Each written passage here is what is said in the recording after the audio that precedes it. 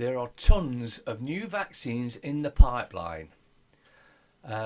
As you can see from the picture here, HIV 150, Ebola 62, dengue 77, malaria 98, E. coli 22, pneumonia, meningitis and sepsis 236, tuberculosis 97, respiratory syncytial virus 59, shingleitis 26, retrovirus 82. Drug trial phases. Is it safe for humans? Are there any side effects? Does it work in the real world?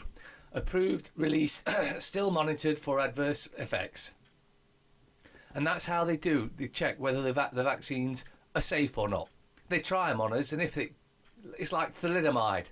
They tried it, it caused massive problems, and we're the test subjects for them. And they don't get any penalties when it does bad. I'm going to let you watch it, have a read through this yourself. The links are in the description. Have you seen this? It seems to be the New World Order Commando Central.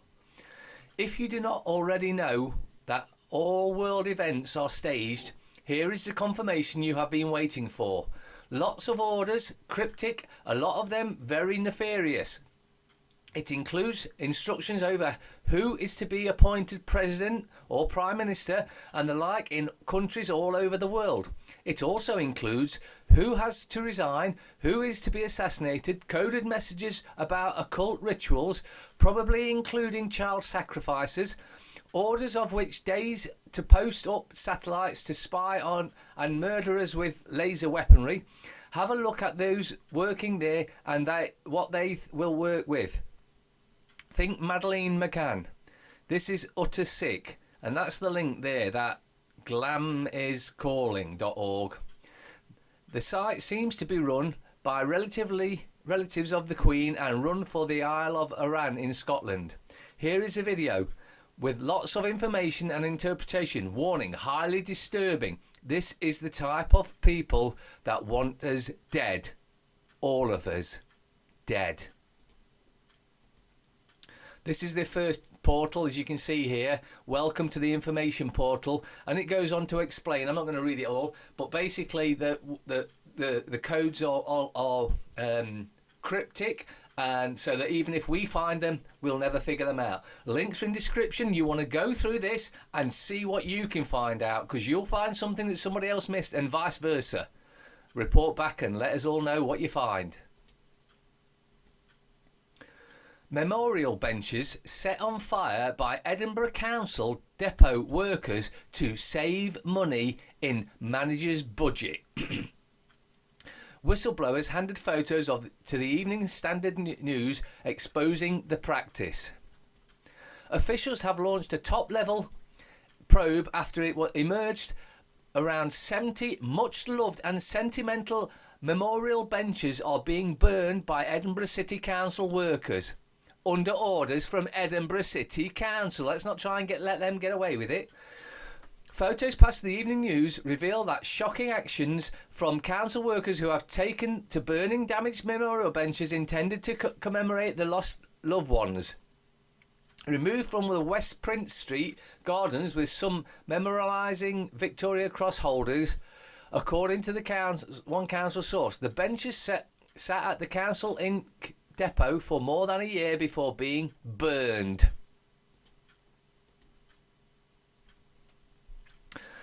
Egan Murphy has defended the clean-up policy that saw a homeless man paralysed when council workers tried to move his tent with a digger while the man was still sleeping in it.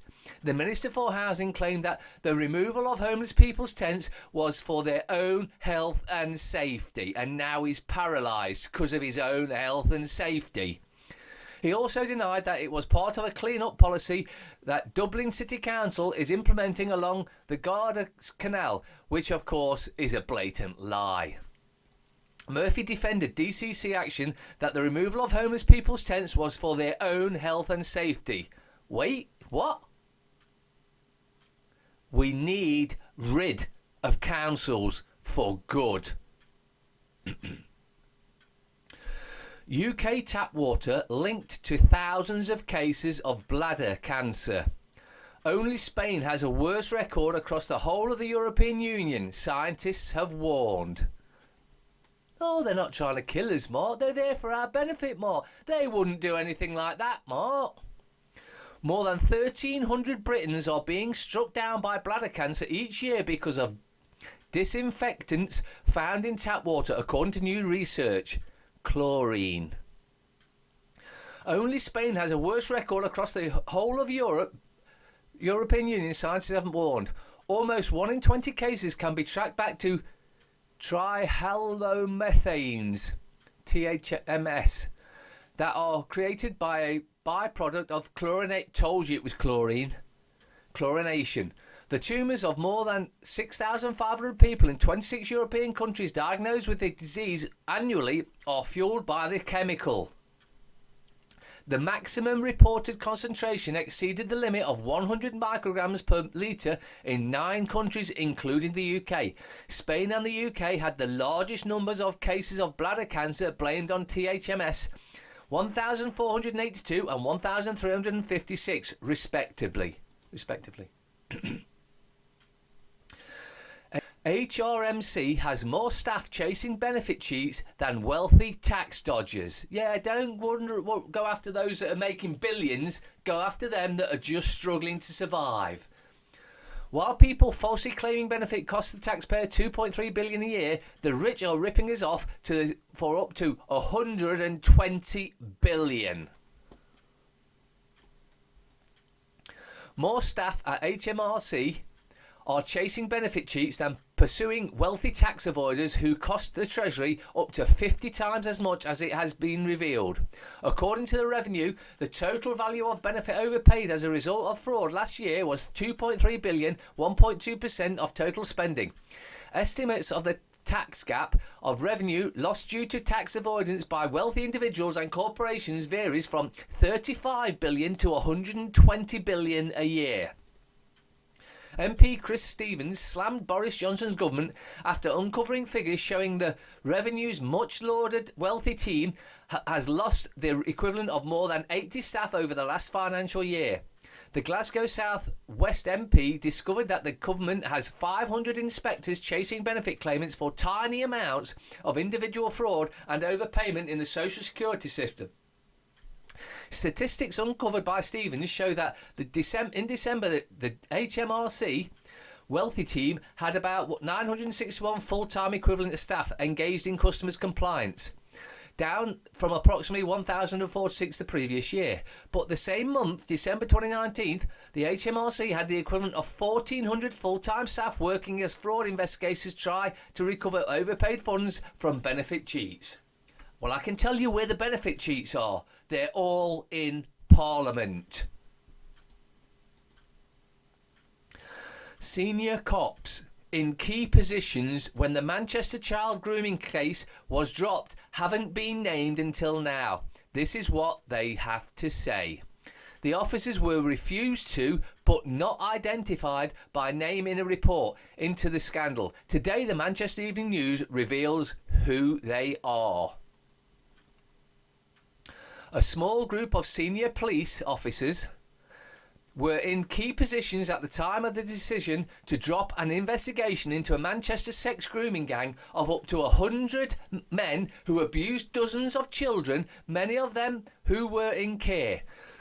The officers were referred to but not identified by name in an official report into a scandal published on Tuesday. Today, the Manchester Evening News reveals who they are. Operation Augusta was launched in 2004 following the death of Victoria Angologoglia, 15, from Rochdale, who the report says had been abused in plain sight of officials. She died of a suspected overdose months after telling social workers she had been forcibly injected with heroin and raped. Abusers were able to pick up girls from care homes in and around the city's Curry Mile and abuse them, the damning report reveals. But Op Augusta, the police investigation into the network, which exploited Victoria and other children, was shelved in 2005. 8 of the suspects were on to assault and or rape other girls in the years after. why do we put up with these corrupt cops? Because they're all corrupt. Because when they see a cop doing wrong, they don't arrest them. They just turn a blind eye. So they're as guilty as the corrupt cop. Police ignored child sex abuse as, with it being Asians, it can't come out. The unnamed inspector allegedly said the force knew the abuse had been taking place for about 30 years. A government inquiry funded police failings contributed to the abuse of 1,400 children. A police chief allegedly admitted ignoring the Rotherham child abuse scandal and said, with it being Asians, we can't afford for it to come out. So they're protected then. The Independent Office for Police Conduct has upheld 6 complaints by women against the force, according to a leaked confidential report quoted by The Times. The watchdog said it was very clear that you were sexually exploited by Asian men and upheld a complaint that police took insufficient action to prevent you from any form of harm, the newspaper reported. The woman, who was a child at the time, was abused over several years from 2003. An officer allegedly told a missing child's father the town would erupt if people knew Asian men were routinely having sex with underage white girls, it has been claimed. An inspector, who The Times said the IOPC had been unable to identify, is alleged to have said the force was aware abuse had been taking place for some 30 years. 30 years. Takes it back to the 80s. Adding, with it's being Asians, we can't afford this to be coming out. The girl's father said that a senior officer has spoken about his daughter as though she was an adult doing it of her own free will, and that he had confronted the police to say she was a child and this was child abuse. Asian grooming gang free to roam streets because officers were told to find other ethnicities to investigate detective claims. Other ethnicities, that means you or I. An Asian grooming gang was free to roam the streets and abuse young girls because police officers were told to find other ethnicities to investigate, a detective has claimed. At least 57 young girls are thought to have been exploited by a paedophile network of around 100 suspected perpetrators based in South Manchester in the 2000s. The gang, mainly comprised of Asian men, hooked their victims on drugs, groomed and sexually abused them. One girl, aged 15, died after being injected with heroin by a 50-year-old man. Following a 2-year inquiry commissioned by Greater Manchester Mayor Andy Burnham into the historic failings of police and social workers, a report was published today which concluded that vulnerable girls in care were groomed and abused in plain sight. The report found multiple failings at the hands of GMP, including how fears over race relations appear to have played a part in senior police thinking when tackling grooming gangs comprised of predominantly Asian men.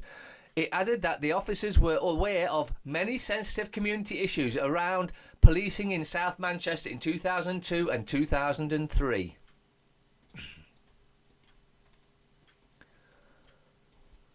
The Tory message to disabled people: you're just not worth it. Lord Freud's comments on the minimum wage articles, what we already know, that the government sees disabled people as less than human. I promise that what you're about to read is true. I have not orchestrated a far-fetched parody of Tory attitudes of disabled and poverty. A Conservative minister, a welfare minister no less, has actually been recorded saying that disabled people are not worth the full national minimum wage. It is unclear how much less Lord Freud would like to pay disabled people. £4.50 less per hour is his first offer. Perhaps he would like to do away with cash altogether, giving blind people dog toys in effective for exchange for a day's work and a wheelchair user's shiny coins. Recorded responding to a question from a Conservative councillor at a fringe event at the recent Tory conference, Freud said, "You make a really good point about the disabled. Now I had not thought through, and we have not got a system for, kind of going below the minimum wage. I know exactly what you mean.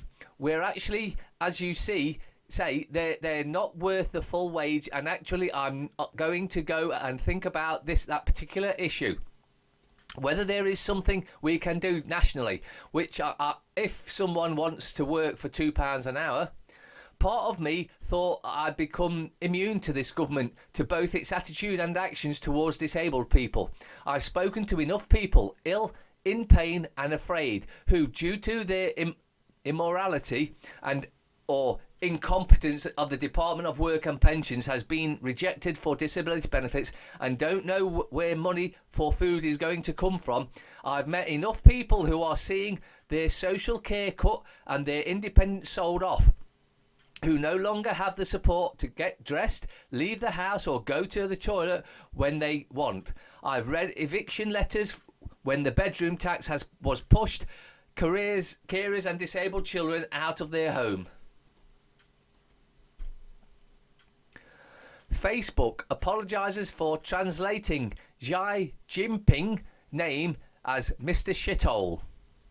Facebook said on Saturday it was trying to figure out how the name of China's president cum dictator for life, Xi Jinping, appears as Mr. Shithole in posts when translated into English from Burmese, apologising for an offence caused and saying the problem has been fixed. The error emerged on the second day of Xi Jinping's visit to the Southeast Asian country, where Xi and State Councillor Yang San-Shu Kai signed dozens of agreements covering massive Beijing-backed infrastructure plans. A statement about the visit published on Shu Kai's official Facebook page was littered with references to Mr. Shithole when translated in English, while a headline in local news journals, the Irrawaddy, appears as dinner honours President Shithole. In France's longest protest since 1968, striking workers continue to fight against neoliberalism. From bus drivers to ballet dancers, workers from across France have been taken to the streets in opposition to France's President Emmanuel Macron's attempts to reshape the country into a US-style neoliberal state.